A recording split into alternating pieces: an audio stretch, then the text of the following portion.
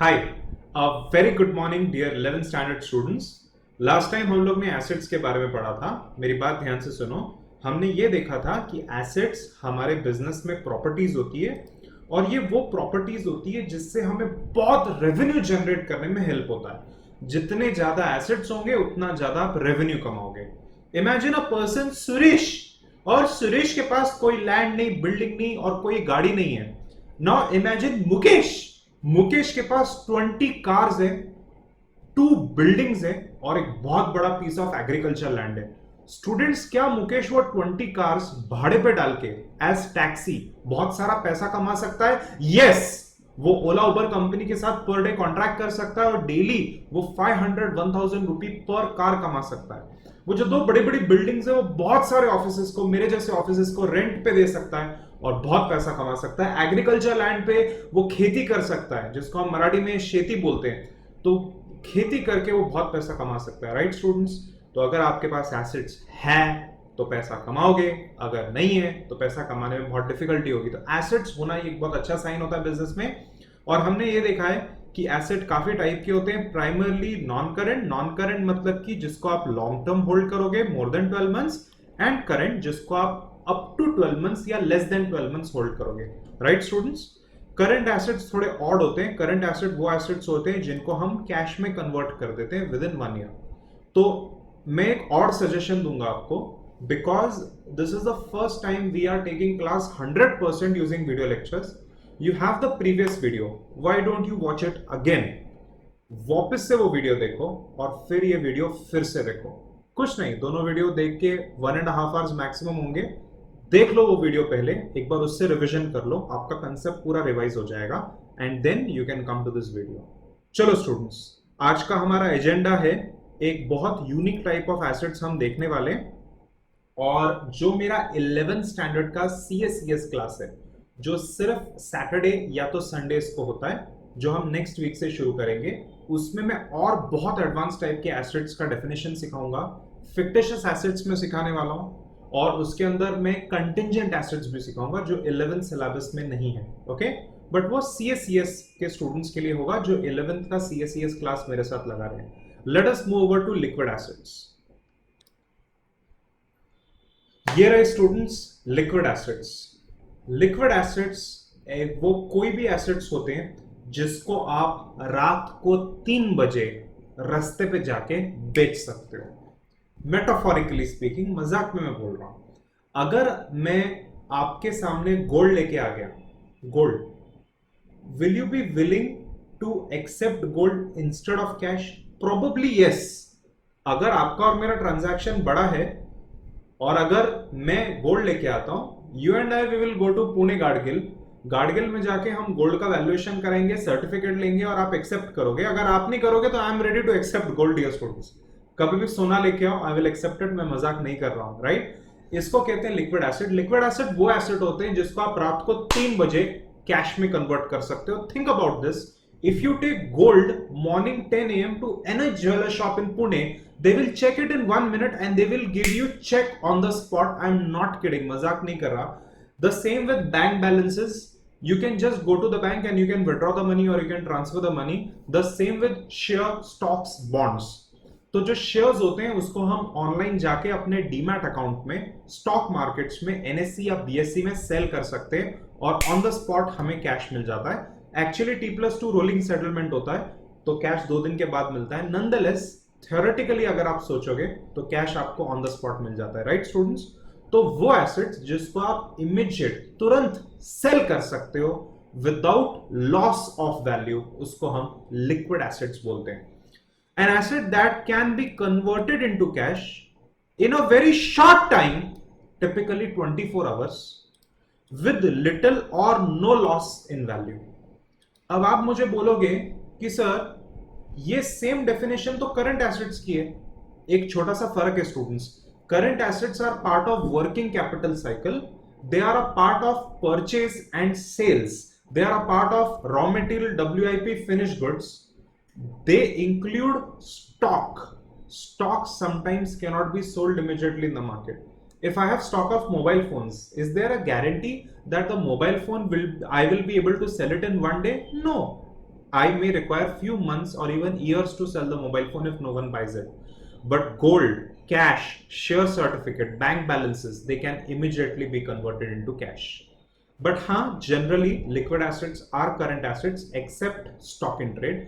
Stock in trade में भी कुछ कुछ टाइप का स्टॉक होता है, जैसे कि पानी की बोतल, जैसे कि कोल्ड ड्रिंक्स, जैसे कि पार्ले जी बिस्किट, जो बहुत लिक्विड स्टॉक होते हैं, वो आप हर दिन सेल कर सकते हो और लोग उसको खरीदेंगे.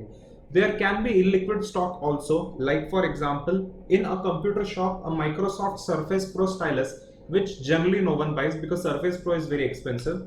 A hard disk in a computer shop, which no one may buy for 1 year, right? तो ऐसा slow moving stock भी हो सकता है. It can be a stock of some book also. कोई बुक का स्टॉक हो सकता है जो आपकी दुकान में पड़ा और कोई खरीद नहीं रहा, right everyone? Okay, so liquid assets include items such as accounts receivable, मतलब कि डेटर्स, मतलब कि वो कस्टमर जो हमें पैसा देने वाले हैं, डिमांड एंड टाइम डिपॉजिट. अब ये डिमांड एंड टाइम डिपॉजिट क्या होता है? तो ये बैंकिंग टर्म्स है. अभी आपको मे बी 100% समझ में नहीं आएगा, मैं फिर भी आपको बताता हूं. स्टूडेंट्स, डिमांड डिपॉजिट मतलब कि वो डिपॉजिट जो हम बैंक से कभी भी ऑन डिमांड विड्रॉ कर सकते हैं using ATM card, means savings account and current account balances. Time deposit मतलब कि फिक्स डिपॉजिट इन बैंक, जिसको आप एक फिक्स टाइम तक, जैसे कि 2-3 इयर्स तक रख सकते हो, but you can withdraw any time also. So if I have an FD with ICICI bank, I can go online right now and in 2 seconds I can convert it into cash. 2 seconds students. तो ये liquid assets हो गए. मैंने एक list बनाई है यहाँ पे लिक्विड एसेट्स की. सबसे लिक्विड एसेट कैश होता है, बिकॉज लिक्विड एसेट का डेफिनेशन ही है those assets which can be converted into cash. तो कैश तो ऑलरेडी वही कैश के रूप में है ना.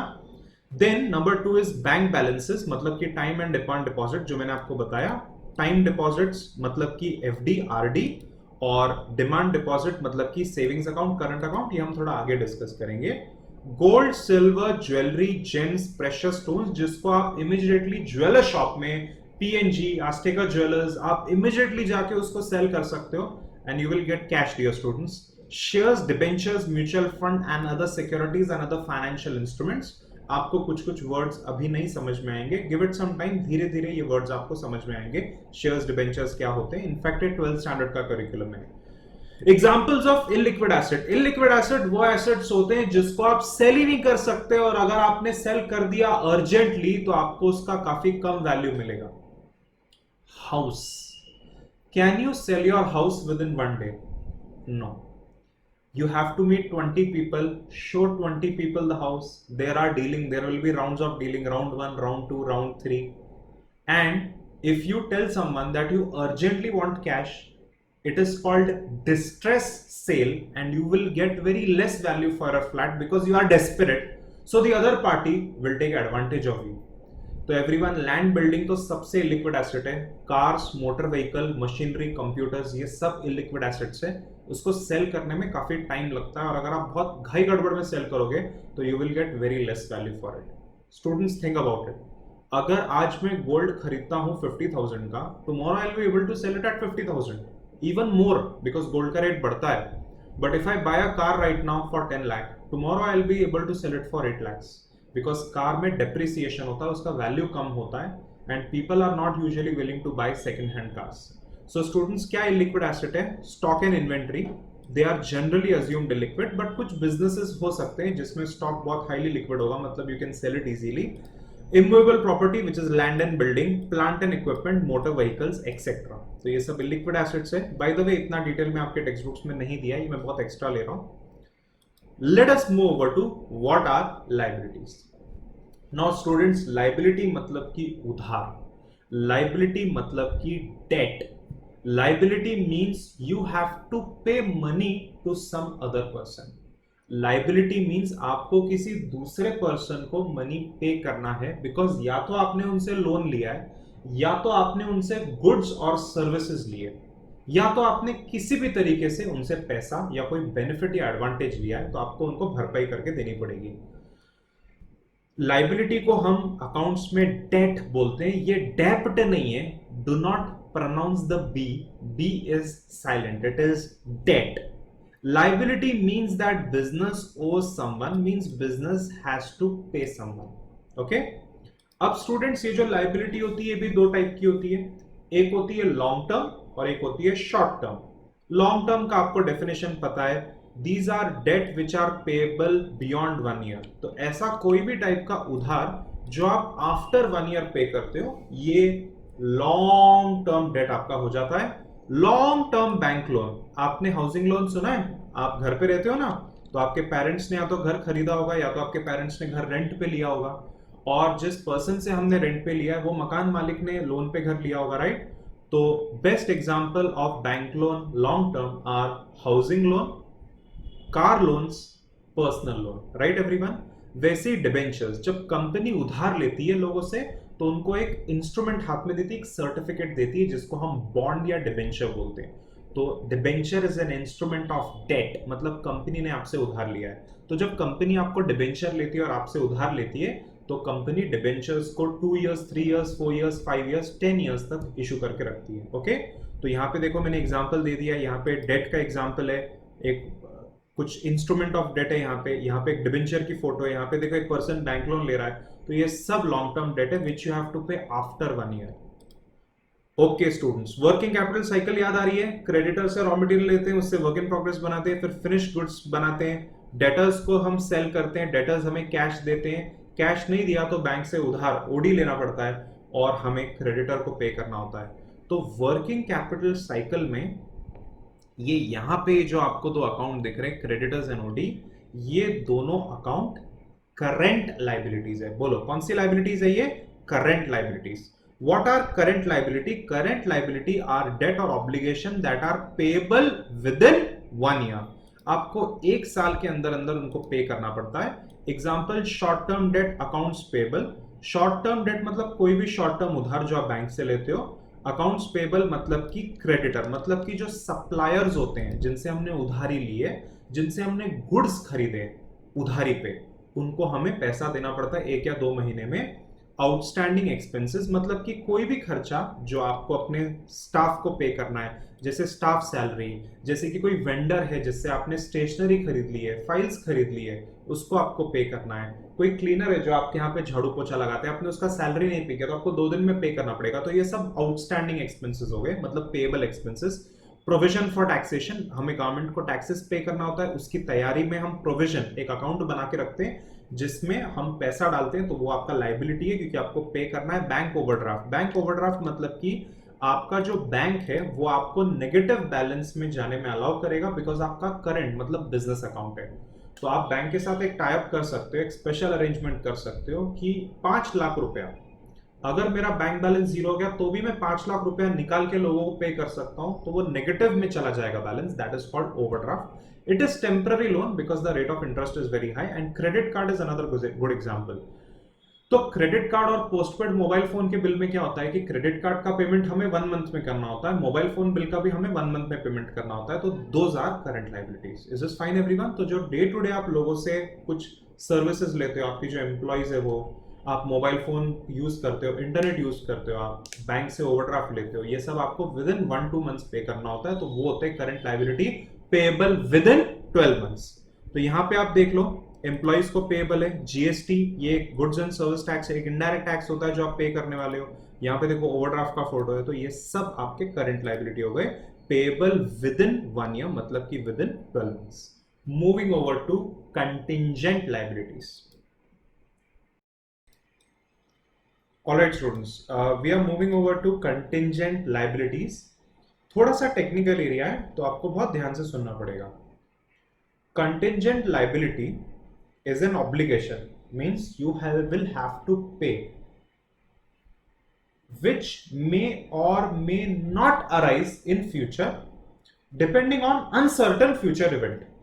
तो ध्यान से सुनो, it is an obligation which may or may not arise in future depending on an event which is uncertain.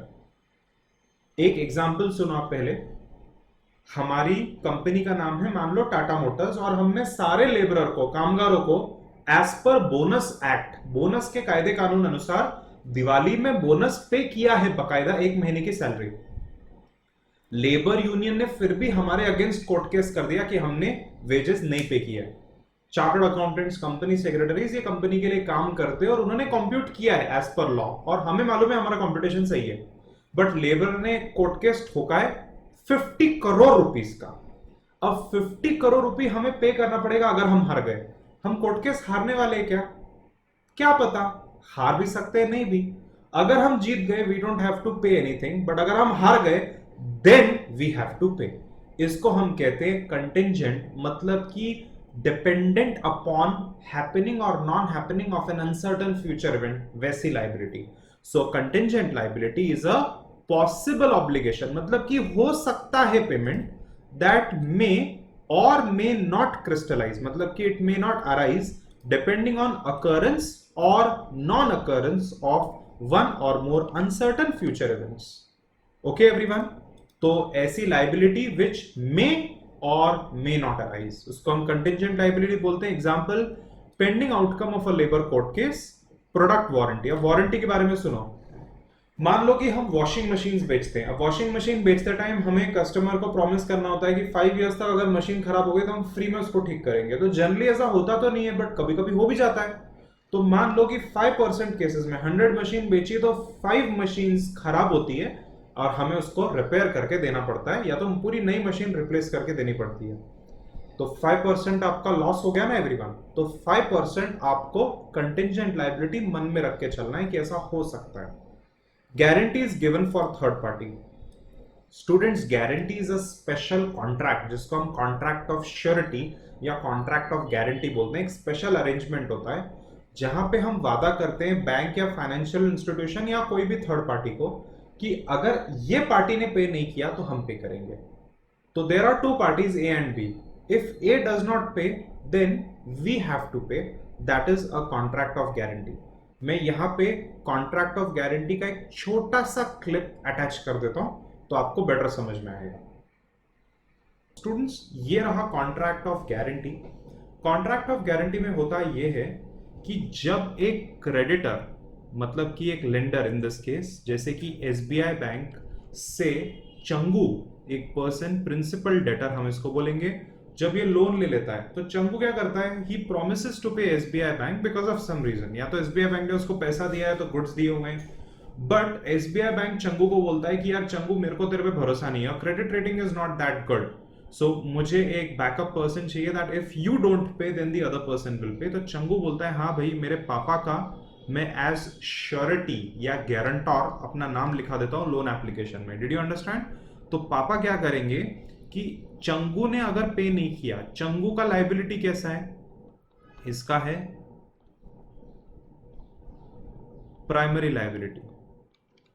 ठीक से लिख के देता हूं स्टूडेंट्स, यहां पे लिखूंगा मैं प्राइमरी एंड प्रिंसिपल लाइबिलिटी। इसका यह मतलब हुआ कि अगर बैंक को पैसा मांगना है तो किससे पैसा मांगेगा? चंगू से ही मांगेगा। और पापा की लाइबिलिटी कैसी होगी? पापा की लाइबिलिटी हो गई सेकेंडरी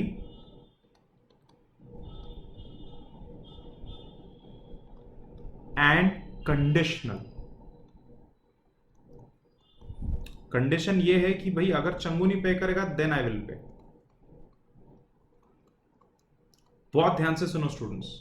तो यार होता ऐसा है कि अगर चंगू ने पे नहीं किया तो उसके पापा पे कर देंगे। तो पापा प्रोमिसेस टू पे if the event happens that Changu does not pay, if the principal debtor does not pay। पापा चंगू के लिए क्यों कर रहे हैं? क्योंकि पापा और चंगू का कोई बिजनेस रिलेशन है। देखो मैंने यहाँ पे तो एक पर्सनल एग्जांपल ले लिया है, आपके पापा आपके लिए पे कर रहे हैं, आपको बहुत नेचुरल लगता है, बट इमेजिन कि चंगू इज अ कंपनी, तो दूसरी कंपनी क्यों पे करेगी? क्योंकि बहुत बार ये जो श्योरिटी है ये खुद एक बैंक होता है। आपको समझ में आ रहा है स्टूडेंट्स मैं क्या बोल रहा हूँ? ये बैंक है और आईसीआईसीआई बैंक एसबीआई बैंक को पे करेगा अगर आपने पे नहीं किया, और उसके बदले में आप बैंक को कोलैटरल सिक्योरिटी देके रखते हो। Is this fine everyone? तो जनरली जब दो पार्टी के बीच में बिजनेस रिलेशन होता है, जैसे होल्डिंग कंपनी, सब्सिडियरी कंपनी, जैसे कि एसोसिएट कंपनीज होती है, या तो फिर डायरेक्टर होते हैं कंपनीज के, तो डायरेक्टर कंपनी के बिहाफ पे बैंक को वादा करते हैं इफ कंपनी डज नॉट पे I will pay. I hope the concept is absolutely okay. Now students ध्यान से सुनो, जब हम थर्ड पार्टी के लिए गारंटी देते हैं तो ये केस में अगर थर्ड पार्टी ने पे नहीं किया तो देन वी हैव टू पे। तो हमें पे करना पड़ेगा या नहीं ये अनसर्टेन है, बिकॉज द अदर पार्टी मे पे और मे नॉट पे। आई होप आपको समझ में आया। अगर नहीं भी समझ में आया तो this is too much as compare to 11th standard level, this is not given in your books. मेरी आदत है बीइंग अ चार्टर्ड अकाउंटेंट, मैं थोड़ा ज्यादा ही सिखाता हूं। But I am very sure आपको एक लेवल पे समझ में आया होगा। तो अगर मोहन ने आईसीआईसीआई बैंक से लोन लिया है और मोहन ने लोन रिपे नहीं किया 10 लाख का, तो हमें उसका लोन रिपे करना पड़ेगा 10 लाख का। तो मोहन लोन रिपे कर भी सकता है, नहीं भी कर सकता, नहीं पे किया तो वो लाइबिलिटी हो जाएगी, therefore that is a contingent liability. Now dear students, जो नॉर्मल लाइबिलिटी होती है, मुझे मालूम है यार कि मुझे 1 लाख रुपए पे करना है, तो you recorded in books of accounts, हिसाब किताब में बुक्स ऑफ अकाउंट्स में हम वो नोट करके रखते हैं। बट ये जो कंटिंजेंट लाइबिलिटी होती है, ये पे करनी पड़ेगी या नहीं, we don't know, so we can not record it in books of accounts, but we recorded in notes to accounts. मतलब कि जब बुक्स ऑफ अकाउंट्स खत्म हो जाती है तो उसके नीचे हम एक नोट लिख के रखते हैं कि ऐसा ऐसा लेबर कोर्ट केस चल रहा है, शायद से हमें 50 करोड़ रुपए पे करना पड़ेगा, पे करना होगा या नहीं वी डोंट नो। तो ऐसा हम एक नोट पैराग्राफ फॉर्म में लिख के रखते हैं अकाउंट्स के साथ, ताकि जो हमारे इन्वेस्टर्स है कंपनी के, या जो कंपनी के बैंकर्स है जिन्होंने हमें लोन दिया है, उनको अच्छे से समझ में आए कि हमारा लाइबिलिटी कितना हो सकता है, उसको हम बोलते हैं कंटिंजेंट लाइबिलिटी। तो यहां पे मैंने वही लिखा है, an enterprise should not recognise a contingent liability. Recognise मतलब कि बुक्स ऑफ अकाउंट्स में रिकॉर्ड करने की जरूरत नहीं है। मैं यहां पे सिंपल वर्ड्स में लिखता हूं, contingent liability is not recorded in books of accounts. तो बुक्स ऑफ अकाउंट्स में हम कंटिंजेंट लाइबिलिटी को रिकॉर्ड नहीं करते, हम एसेट्स को रिकॉर्ड करते हैं, और जो नॉर्मल लाइबिलिटी होती है उनको हम रिकॉर्ड करते हैं। कंटिंजेंट लाइबिलिटी को हम रिकॉर्ड नहीं करते बुक्स ऑफ अकाउंट्स में, हम उसको नोट्स टू अकाउंट्स में, मतलब अकाउंट्स खत्म होने के बाद नीचे पैराग्राफ फॉर्म में नोट्स लिख के यूजर्स ऑफ फाइनेंशियल इंफॉर्मेशन को बताते हैं कि भाई ऐसी ऐसी कंटिंजेंट लाइबिलिटी है और पेमेंट करना पड़ सकता है। I hope this is absolutely fine. Moving over to the next definition, expenses. Expenses आप सबको पता है, खर्चे, खर्चे के बिना तो बिजनेस चलता नहीं है। So expenses imply payment for something. जब आप पेमेंट करते हो तो उसको हम एक्सपेंसेस बोलते हैं। एक्सपेंसेस मींस कॉस्ट, कोई खर्चा होना। Example, mobile telephone bill, salary wages, postage, printing stationery, repair expenses, purchases. Now please listen to me. क्या मेरा बिजनेस बिना मोबाइल फोन का चल सकता है? नो। मैं वीडियो लेक्चर्स भेज रहा हूं और आप और मैं हम मोबाइल फोन पे बात कर रहे हैं। कन्वेंस मतलब कि जो हम विद इन सिटी ट्रैवल करते हैं, हमारे एम्प्लॉयज, मैनेजर्स, हमारे डायरेक्टर्स कंपनी के, कार अपनी लेके जाते हैं, पेट्रोल भरते हैं। मैंने अगर चेक दे दिए अपने ऑफिस बॉय को कि यार जाके चेक जमा करके आए, तो वो 2 व्हीलर पे जाके चेक जमा करके आता है।